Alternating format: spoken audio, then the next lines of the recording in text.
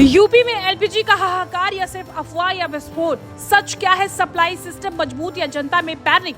Agency की लाइनें क्या बता रही हैं? कमी या भ्रम? अब खुलासा होगा, सच सामने और शोर पीछे। क्या उत्तर प्रदेश में एलपीजी सिलेंडर को लेकर के सच में कोई बड़ा संकट है या सिर्फ ये एक सोशल मीडिया की अफवाह और राजनीतिक बयानबाजी का हिस्सा बन के रह गया है? ये सवाल आज इसलिए महत्वपूर्ण हो गया है क्योंकि रसोई गैस सीधे करोड़ों परिवारों से जुड़ा विषय माना जाता है। जब किसी जरूरी चीज को लेकर के चर्चा तेज होती है तो लोगों के मन में चिंता स्वाभाविक बात है, लेकिन किसी भी निष्कर्ष पर पहुंचने से पहले हमें आधिकारिक जानकारी, प्रशासन का बयान और वास्तविक स्थिति को समझना जरूरी है। आज हम बताएंगे आपको इसकी पूरी सच्चाई।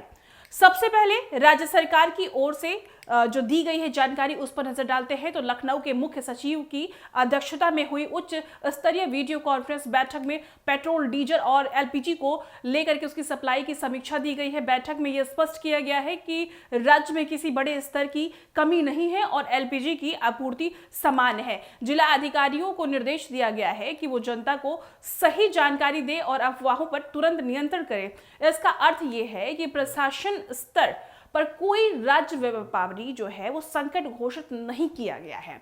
अब प्रश्न ये उठता है कि यदि सप्लाई सामान्य है तो फिर कुछ स्थानों पर एजेंसियों के बाहर भीड़ क्यों दिखाई दे रही है? इसका उत्तर कई कारणों में छिपा हुआ है।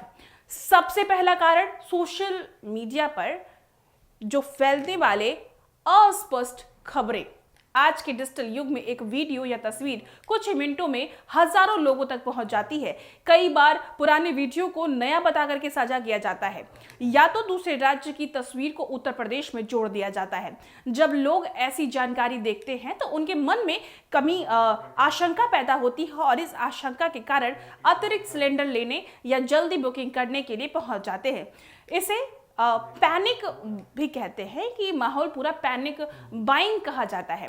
जब बड़ी संख्या में लोग एक साथ बुकिंग करते हैं तो स्थानीय भीड़ बन सकती है, लेकिन इसका मतलब ये नहीं है कि पूरी राज्य में वास्तविक कमी है। दूसरा कारण जो हम आपको बताएंगे वो ये प्रणाली होती है कि अचानक बढ़ता हुआ दबाव हो सकता है। यदि किसी क्षेत्र में मांग अचानक बढ़ जाती है तो डिलीवरी में थोड़ा देर हो सकता है। यह लॉजिस्टिक व्यापार जो होते हैं व्यवस्था का सामान्य हिस्सा माना जाता है। इस संकट नहीं कहा जा सकता है। तीसरा कारण त्योहार, मौसम, परिस्थितियां या विशेष स्थानीय स्थिति भी हो सकती है। अब सरकार द्वारा उठाए गए कदमों पर अगर विस्तार से बात करें तो राज्य प्रशासन ने घरेलू उपभोक्ताओं को प्राथमिकता देते हुए और निर्देश दिया है कि ताकि घरों तक गैस समान और समय पर पहुंच सके और स्थिति को नियंत्रित किया जा सके। यह सुनिश्चित किया जा सके कि वितरण व्यवस्था सबसे पहले परिवारों की जरूरत पूरी करेगा। और दूसरा महत्वपूर्ण कदम ओटीपी आधारित गैस रिफिल डिलीवरी सिस्टम है। इस प्रणाली के तहत जब सिलेंडर की डिलीवरी होती है तो ग्राहक के पंजीकरण मोबाइल नंबर यानी ओटीपी भेजा जाता है और उसी ओटीपी से डिलीवरी की पुष्टि होती है। इससे फर्जी डिलीवर और गलत रिकॉर्ड और अनियमितताओं को रोकने में मदद मिल सकती है और डिजिटल ट्रैकिंग व्यवस्था पारदर्शिता को बढ़ाती है और उपभोक्ताओं का विशेष मजबूत बनाती है। जो विश्वास है उनका, जो पैनिक फैला हुआ है, इससे इसमें मदद मिलने वाली है। तीसरा कदम निगरानी और निरीक्षण है।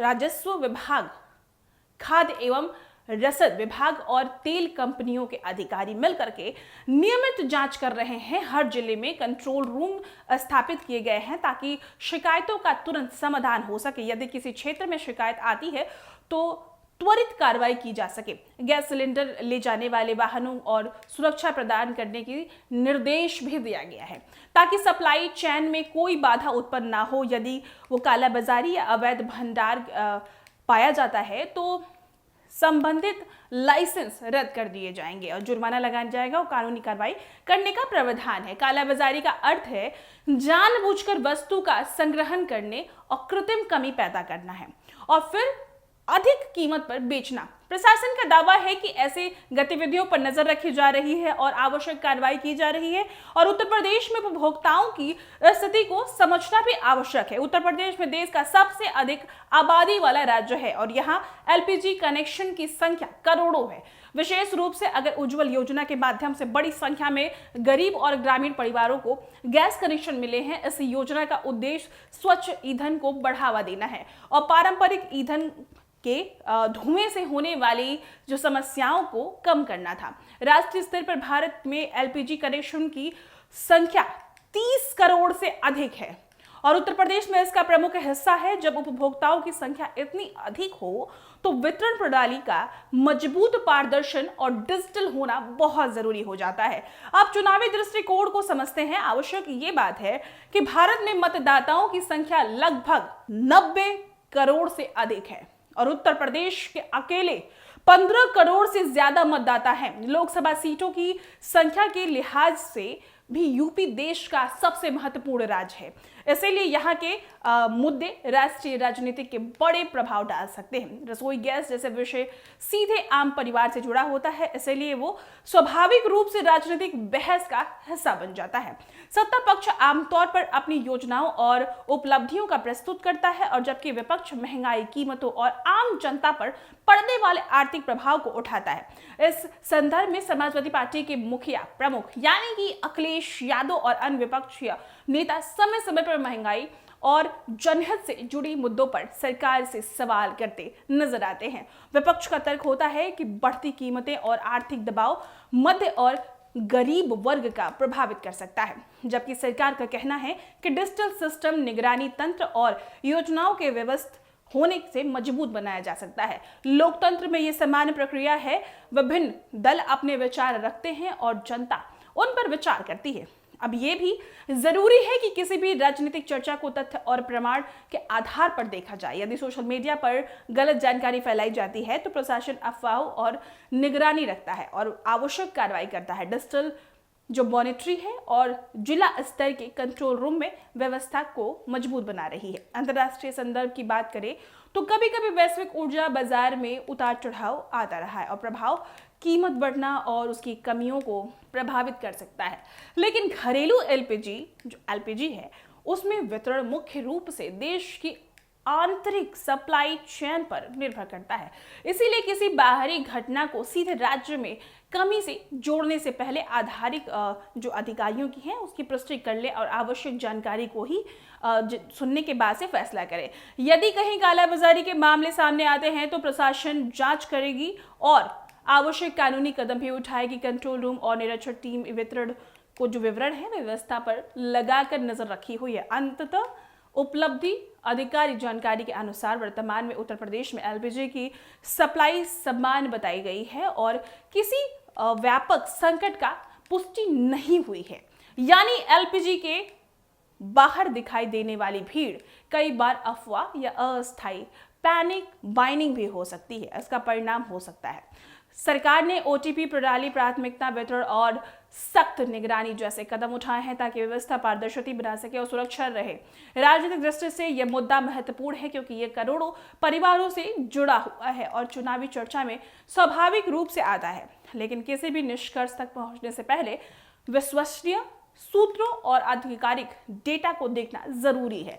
जनता के लिए सबसे महत्वपूर्ण संदेश ये है कि अफवाहों से उसके बजाय परिणाम लेने की बजाय जानकारी पर भरोसा करें और रसोई गैस जैसे आवश्यक विषय को जिम्मेदारी और तथ्य के साथ समझें। यही संतुलित दृष्टिकोण हमें भ्रम से बचाता है और सही निर्णय लेने में मदद करता है। लेकिन आज की विशेष बात तो ये है, सबको मिला के अगर हम आपको बताएं तो ईरान, इजराइल और अमेरिका के युद्ध में जिस तरीके से एलपीजी का प्रभाव भारत में देखने को मिला था, अभी भी वो संकट कमर्शियल पे बात चल रही है। लेकिन घरेलू जितने भी सिलेंडर है सरकार ने साफ कह दिया है कि काला बाजारी करने वालों को छोड़ा नहीं जाएगा और भारी जुर्माना भी देना पड़ेगा इस वक्त। लेकिन अखिलेश यादव समाजवादी पार्टी के प्रमुख पूरे फुल फॉर्म में नजर आ रहे हैं, यानी एक भी ऐसा मौका नहीं छोड़ रहे हैं जो आगामी 2027 के चुनाव को देखते हुए एक भी छोटी सी चूक नहीं सरकार को घेरने का काम पूरी तरीके से कर रहे हैं। उनका हर एक बयान इस तरीके से जरूर आता है कि जो भी पिछड़ा वर्ग है, स्वर्ण समाज हुआ, दलित हुआ, उनका पीडीए मोर्चा। क्या लगता है आपको कि 2027 का चुनाव आने वाला ये गैस की वजह से जो अभी समस्या देखने को मिल रही है, इससे 2027 का चुनाव प्रभावित हो सकता है? अहम सवाल है, क्या लगता है कि इस बार सपा सरकार हो या समाजवादी हो या कांग्रेस हो, क्या ये अहम मुद्दा पा करके इसे बदल सकती है? क्या इनके पाले में वो वोट बैंक जाएंगे जो इस वक्त गैस एजेंसियों पे क्या लगता है कि ज़्यादा हवाला देने की कोशिश की जा रही है, इस मुद्दे को और ज़्यादा पैनिक बनाने की कोशिश की जा रही है ताकि वोट बैंक बना जा सके? फिलहाल इस पूरे मुद्दे पर आप क्या विचार रखते हैं, हमें कमेंट में ज़रूर साझा करके बताइएगा। इसी के साथ मैं अनुप्रिया सिंह और आप देख रहे थे कंटाप न्यूज़।